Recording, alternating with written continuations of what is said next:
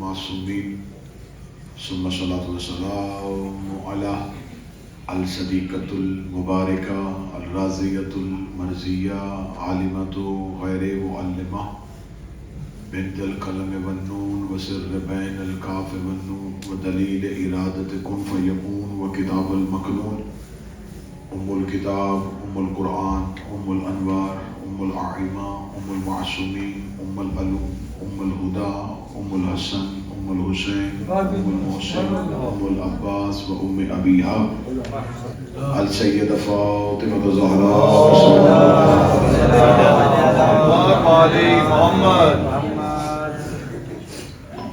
ولعن اللہ تعالی علی اعدائہم اجمعین اما بعد فقد قال حق سبحانہ تعالی فی کتابہ المجید و فرقان الحمید بسم اللہ الرحمن الرحیم انما یرید اللہ لیذھب عنکم الرجس اہل البیت ویطہرکم تطہیرا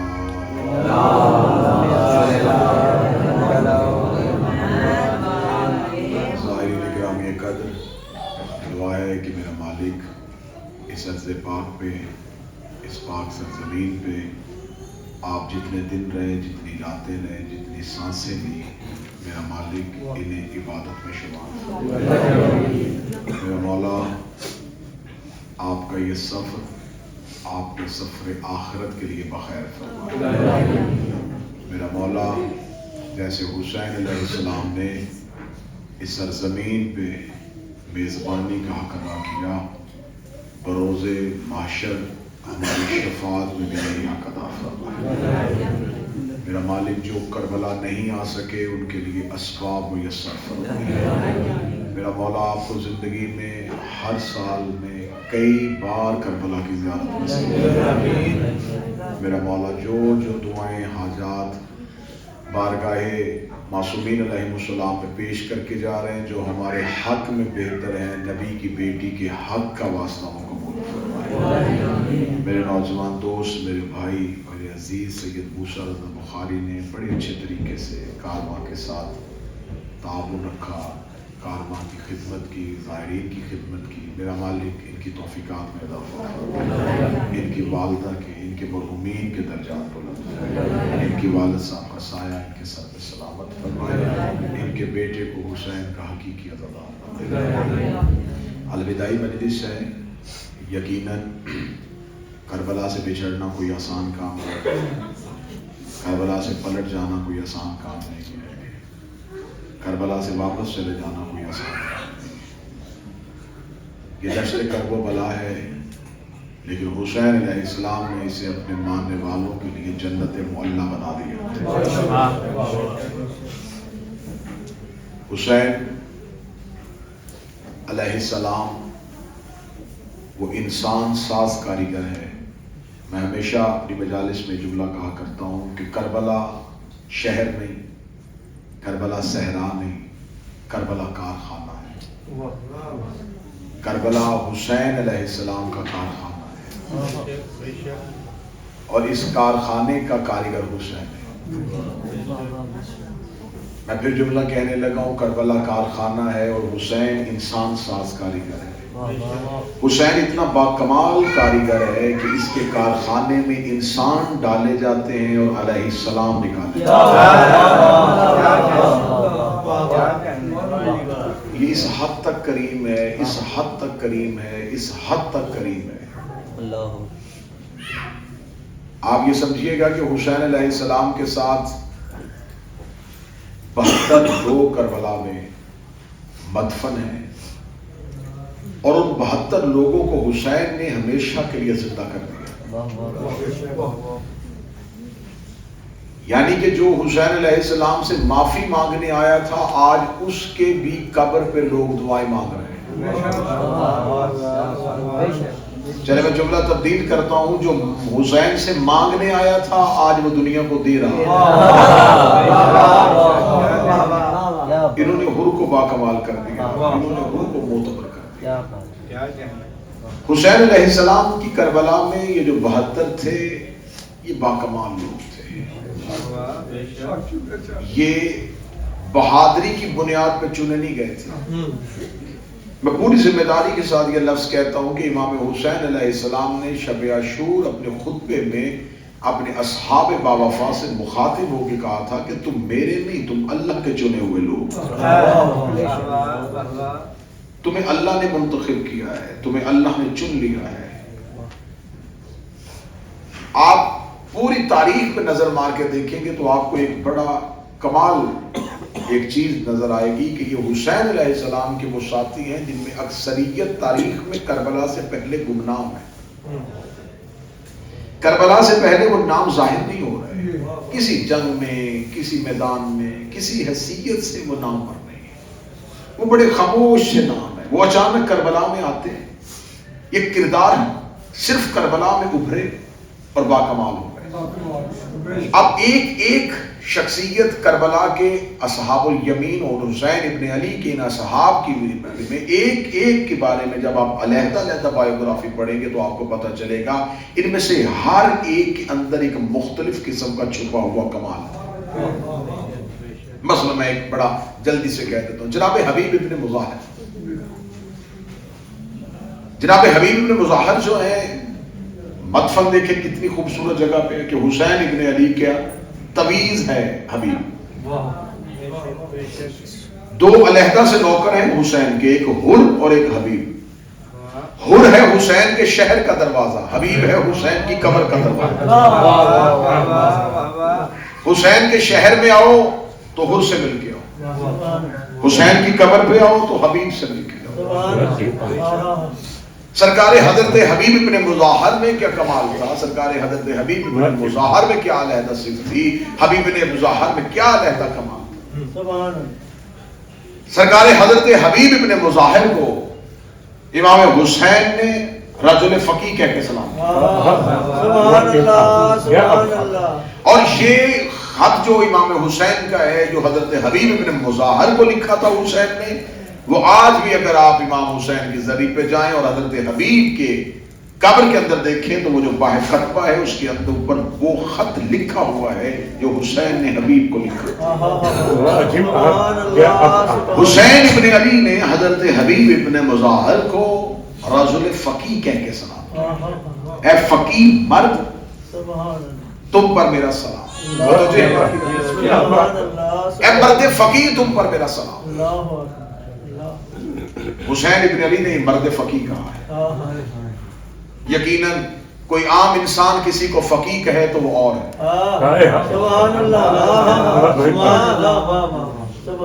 مسلمان کسی کو فقیہ کہے تو اور ہے، دین کسی کو فقیہ کہہ دے۔ حسین خود دین ہے اور حسین کہہ رہے ہیں فقیہ۔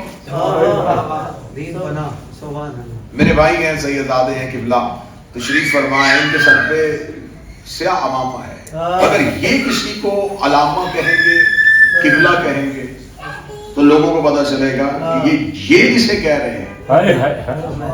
کسی عام انسان کا کسی کو مخاطب کرنا اور ہے اور کسی صاحب فضل کا کسی کو مخاطب کرنا اور۔ حسین ابن علی نے حضرت حبیب ابن مظاہر کو مرد فقیہ کہہ کے سلام کیا۔ تو آپ تشریف فرمائے، علماء تشریف فرمائے ہیں، میں نے حضرت حبیب ابن مظاہر، اس کو دو وزن کے ساتھ پڑھا جاتا ہے، مظاہر بھی پڑھا جاتا ہے لیکن اصل جو اس کا وزن ہے مظاہر۔ سرکار حضرت حبیب ابن مظاہر کا جب پوری میں نے زندگی پڑھی، ان کی سوانح حیات پڑھی تو مجھے کوئی ایک موقع بھی ایسا نظر نہیں آیا جس میں حضرت حبیب ابن مظاہر نے دین پہ کوئی فقہی فتویٰ دیا ہو، ان کی فقاہت کہیں سے ثابت ہو، کسی طریقے سے یہ پتہ چل جائے کہ ان کا کوفے میں کردار جو تھا وہ عہد فقیہ تھا۔ تو ان کی پوری تاریخ میں یہ کہیں فقیہ نظر نہیں آ رہے، اور حسین ابن علی نے مرد فقیہ کہہ رہے ہیں۔ جب ہم نے فقیہ کی تعریف کتابوں سے پوچھی تو کتابوں نے بتایا جو دین کی سوجھ بوجھ رکھے اسے فقیہ کہتے ہیں، جو دین کے بارے میں جانتا ہو اسے فقیہ کہتے ہیں۔ لیکن شیخ طوسی نے بڑی خوبصورت تعریف کی، انہوں نے کہا نہیں، فقیہ اسے نہیں کہتے جس نے دین کی سوجھ بوجھ رکھے، انہوں نے کہا فقیہ اس کو کہتے ہیں جس کے سامنے ایک وقت میں دو عبادتیں اکٹھی آ جائیں اور وہ بتا اس میں سے افضل کون سی ہے۔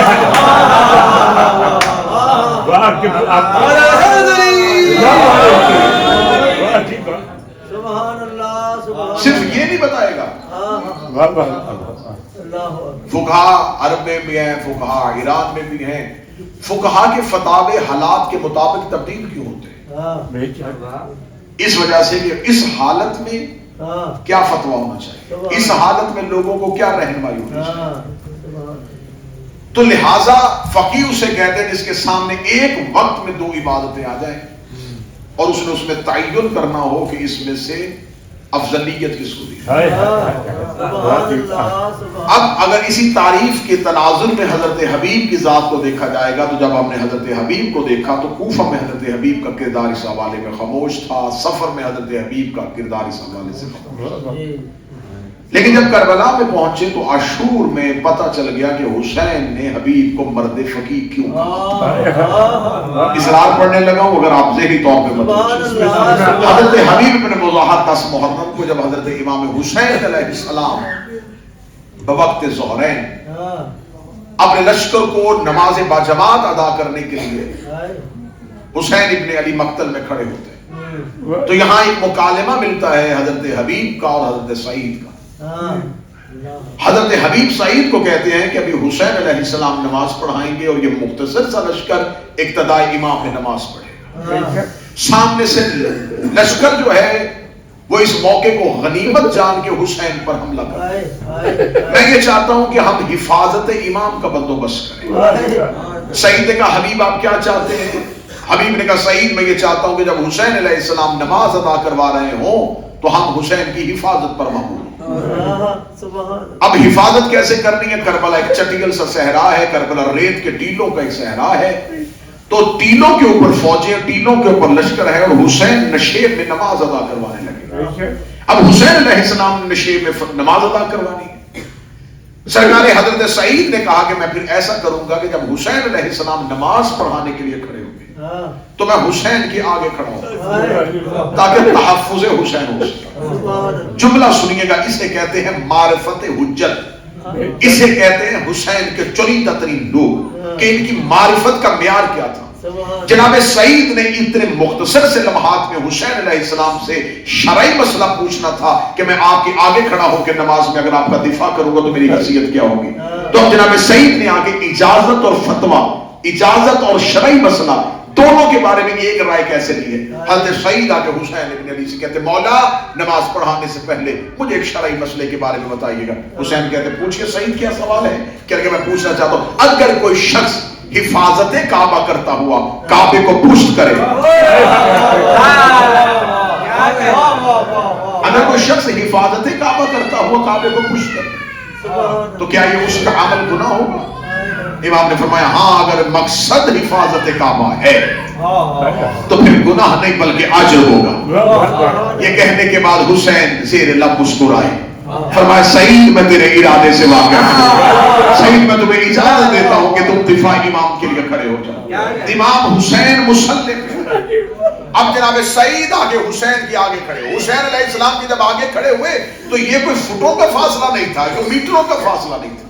سعید اتنا آگے کھڑے ہوئے کہ حسین بالکل سعید کے پیچھے تھے اور جناب سعید حسین علیہ السلام کے سامنے کھڑے ہو گئے۔ حسین تکبیرۃ الاحرام کے لیے اللہ اکبر کہنے لگا، ادھر حسین کی نماز شروع ہوئی، ادھر تیروں کی بارش شروع ہوئی، اکیلا سعید اپنے سینے پہ تیر لے رہا تھا۔ حسین ابن علی نے اپنی نماز کی رکعت مکمل کی، ادھر نماز کی آخری رکعت مکمل ہوئی، یہ سعید کے بدن پہ اتنے تیر لگ چکے تھے کہ جناب سعید کا سر کربلا کی زمین پہ آیا۔ حسین علیہ السلام نے اپنی اگلی نماز کے لیے اللہ اکبر کہہ دیا، اب پیچھے کھڑا تھا حبیب، سعید گر چکے تھے، اب حبیب کو اس وقت میں اسی لمحے میں فیصلہ کرنا تھا کہ سعید نے تو حسین سے پوچھ لیا تھا، میں تو حسین سے پوچھ بھی نہیں سکتا کیونکہ حسین نماز کے لیے اللہ اکبر کہہ چکے ہیں۔ اب حبیب نے اس لمحے میں فیصلہ کرنا تھا کہ نماز توڑ کے حسین کے آگے کھڑا ہو یا حسین کے پیچھے نماز پڑھو۔ سعید نے لمحے میں فیصلہ کیا، فوراً اپنی نماز کو وہیں سے توڑا، اپنی نماز کو وہیں پہ روکا اور حسین کے آگے جا کے کھڑے ہو گئے۔ حبیب ابن مظاہر کا یہ عمل اگر حسین کے مرد فقیہ علیہ السلام کے بعد پہلے ہو جاتا تو شاید آج لوگ کہتے تھے حبیب یہاں غلطی کر گیا تھا، حبیب سے یہ خطا سرزد ہو گئی تھی۔ حسین جانتے تھے کہ حبیب یہ عمل کرے گا، حسین نے پہلے ہی مرد فقیہ کہہ کے سلام کر دیا کہ کل کو اگر حبیب نماز چھوڑ کے حسین کے لیے آئے تو زمانہ حبیب پہ فتویٰ نہ لگائے بلکہ حبیب کو مرد فقیہ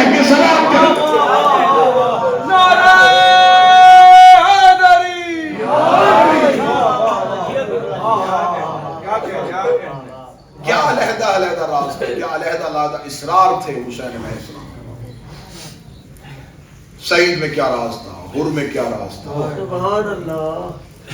کربلا کے شہداء میں ایک شہید ہے حضرت اخنف.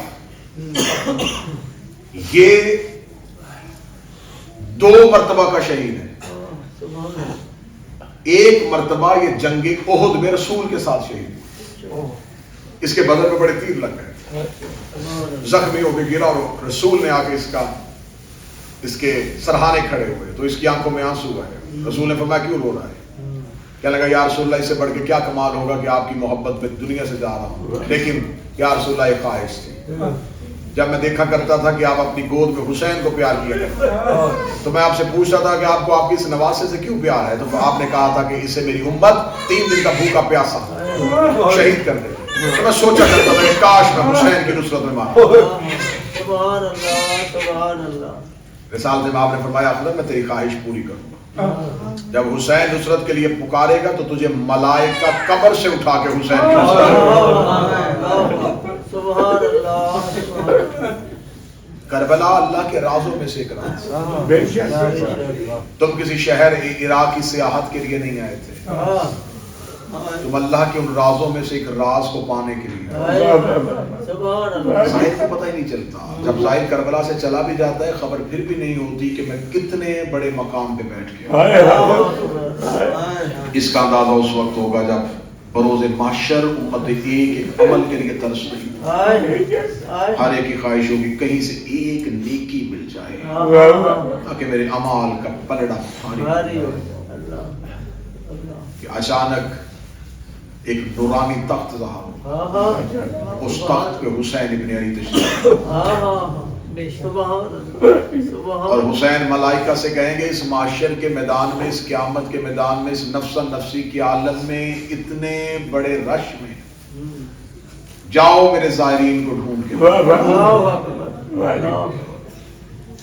بالکل تب یہ کہتی ہیں کہ حسین کے زائر کے نام سے نہیں پکارا جائے گا، جہاں جہاں حسین کا زائر کھڑا ہوگا اس کی پیشانی پہ ایک نور ظاہر ہوگا.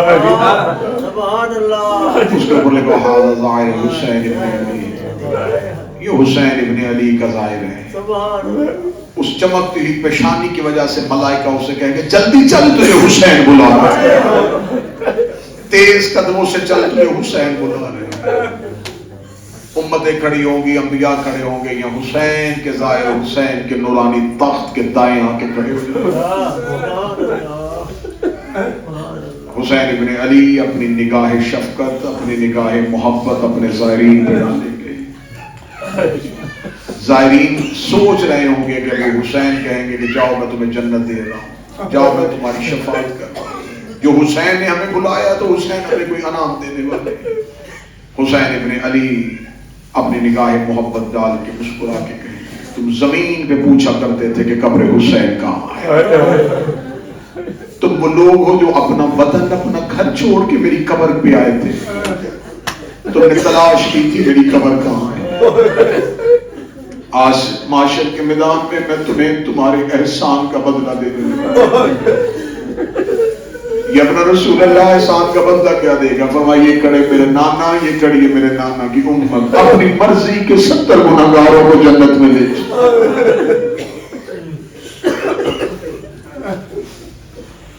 ابھی زائرین یہ سوچ کے خوش ہو رہے ہوں گے کہ حسین نے اتنا کرم کر دیا کہ صرف ہمیں جنت نہیں، ہم جس کی سفارش کریں گے حسین اسے بھی جنت میں دے دے گا. ابھی اپنے مقدر میں ناز کر رہے ہوں گے یا ملائکہ کی آواز آئے گی اے زائرین حسین ابھی اپنی جگہ نہ چھوڑو، ابھی تمہارا ایک اجر باقی ہے. معاشر کے میدان میں آواز دی جائے گی اہل معاشر اپنی آنکھیں بند کرو، حسین کی ماں حسین کے ظاہروں کا شکریہ ادا کرتے ہیں.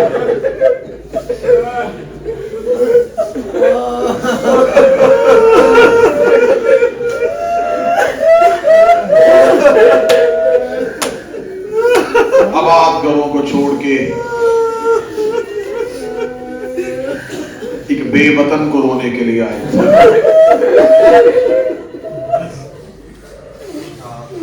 آج کارواں کی واپسی میرا مولا تمہارا آنا کر محمد بھی تمہارا رہنا. وطن پہ جا رہے ہو تو حسین کی زیارت کا ذکر سنتے جانا. آباد گھروں سے آئے ہو، آباد گھروں پہ جا رہے ہو.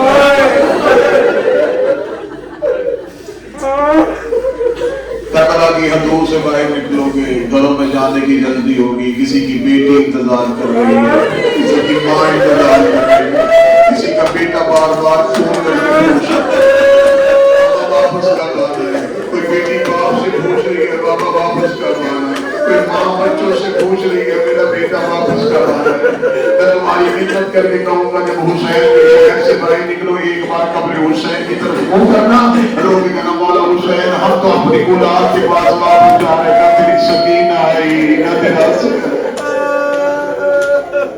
تیری بہن شام رہ گئی، تیری بیٹی جنگلوں میں سو گئی۔ مولا ہم تو آباد گھروں میں جا رہے ہیں، مولا تیرے دروازے بند ہوئے پھر کھلے نہیں، جنگلوں میں آ گئی رسول کی بیٹیاں، جس کی مودت کا حکم تھا امت نے ان کا کتنا نقصان کیا۔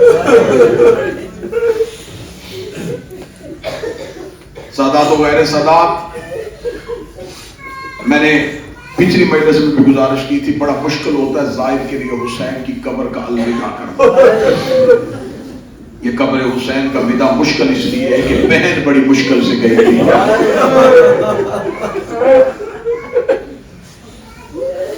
ہر گھر نے موت دیکھی ہوتی ہے، کون سا ایسا گھر ہے جہاں موت نہ ہو؟ جس بہن کے بھائی، جس بھائی کی بہنیں زیادہ ہو نا، اللہ نہ کرے خاکم بدان، اللہ ہر بہن کا بھائی سلامت کرے، اللہ نہ کرے کوئی ایسا بھائی چلا جائے نا جس کی بہنیں زیادہ ہو۔ رشتہ داروں کے لیے سب سے مشکل کام ہوتا ہے گھر سے اس کا جنازہ اٹھانا۔ بار بار لوگ جنازہ اٹھانے جاتے ہیں پھر واپس آ جاتے ہیں، لوگ پوچھتے کیوں نہیں اٹھاتے، وہ کہتے جنازہ اٹھانے جاتے کبھی کوئی بہن آگے آ جاتی ہے، کبھی کوئی بہن آگے آ جاتی ہے۔ جنازہ چار پائی اٹھانے والوں سے کہتے ہیں نہ اٹھانا، تھوڑی دیر گھر میں رہنے دو، ہمیں اپنے بھائی کا چہرہ دیکھنے دو۔ آج کی بہنیں بھائیوں کے جنازے نہیں اٹھانے دیتی۔ کربلا میں ماتم کر کے جملہ سننا، حسین کی 3 بہنیں بھائی کی لاش میں بیٹھی تھی، جب بیٹھی تھی تو اس بالوں کی رنگت اور تھی، جب اٹھی تو بالوں کی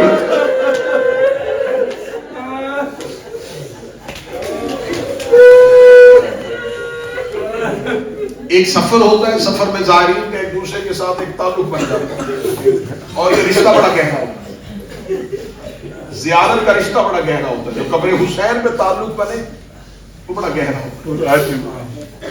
ایک دوسرے سے زائرین اپنی الوداعی ملاقات میں کہتے دعا کرنا، دوبارہ کوشش کریں گے 40 یہاں پہ کریں، عاشورہ یہاں پہ کریں۔ زائرین ایک دوسرے کے ساتھ اپنی اگلی زیارت کے بارے میں پروگرام بناتے ہیں۔ سادات و غیر سادات، بہن بھائی کی لاش اٹھی تو بی بی رو کے کہتی حسین میری خواہش ہے میں تیرا چہلم کربلا،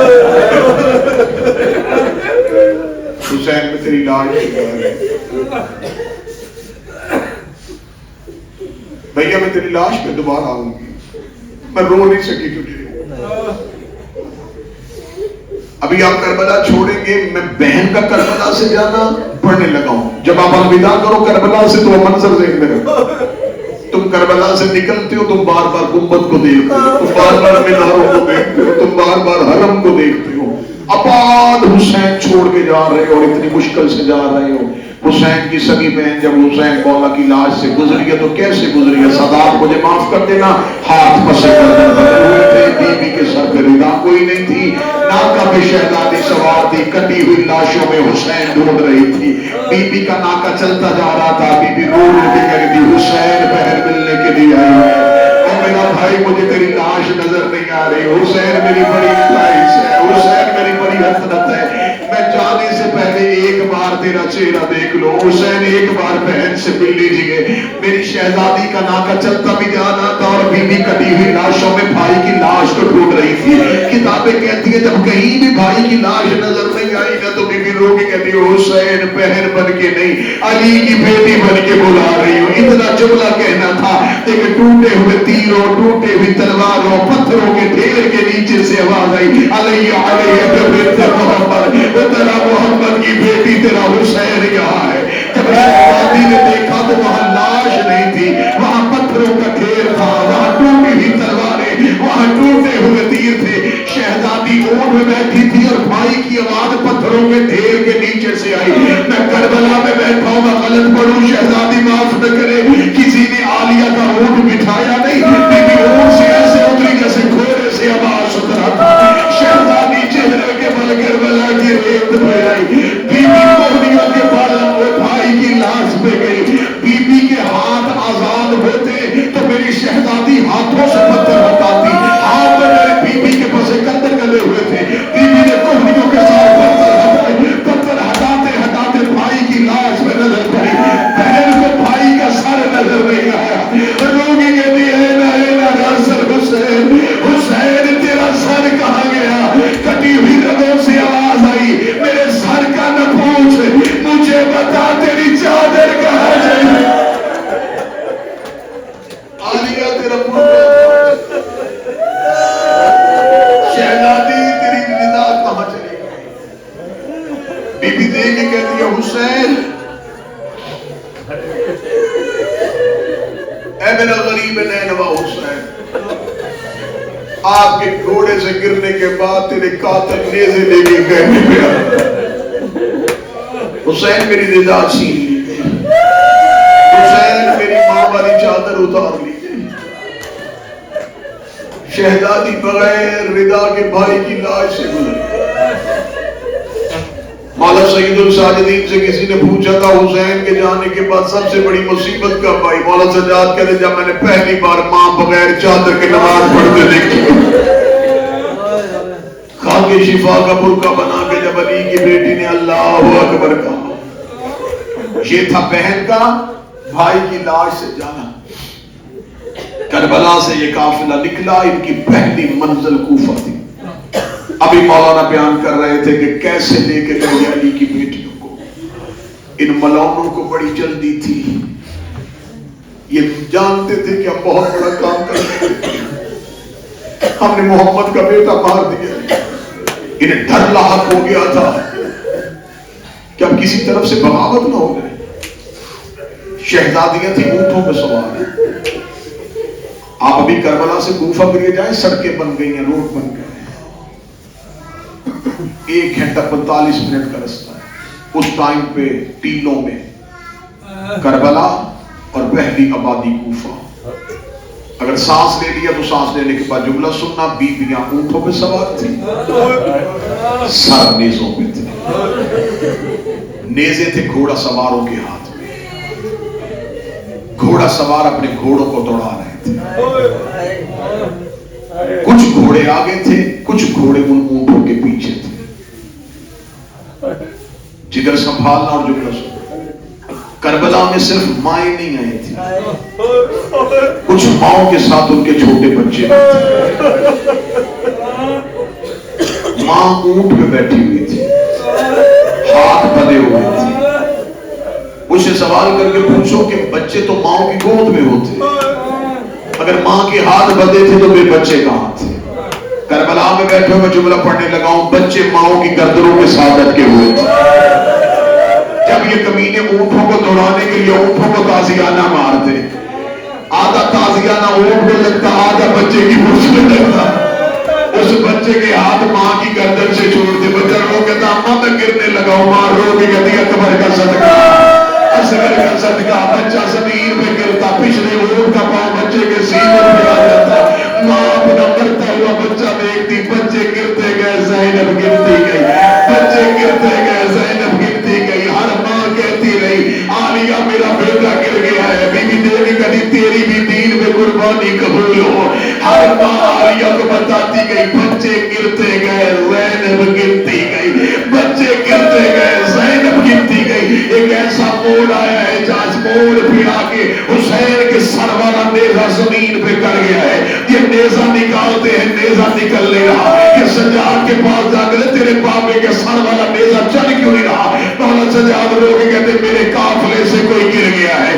کہنے لگا میرے قافلے سے کوئی گر گیا. یہ کہتے ہمیں کوفہ جانے میں چلتی ہے, کوئی گرتا ہے گرے, تو باپ کا سر والا نیزہ نکال اور ہمارے آگے چل. انہوں نے سید الساجدین کی پوچھ سے کپڑا ہٹایا, انہوں نے ظلم کا تازیانہ سجاد کی پوچھ پہ مارا. عالیہ رو کے کہتے ہیں سجاد کوئی گرتا ہے گرنے دے, تو قافلہ لے کے چل. مولا سجاد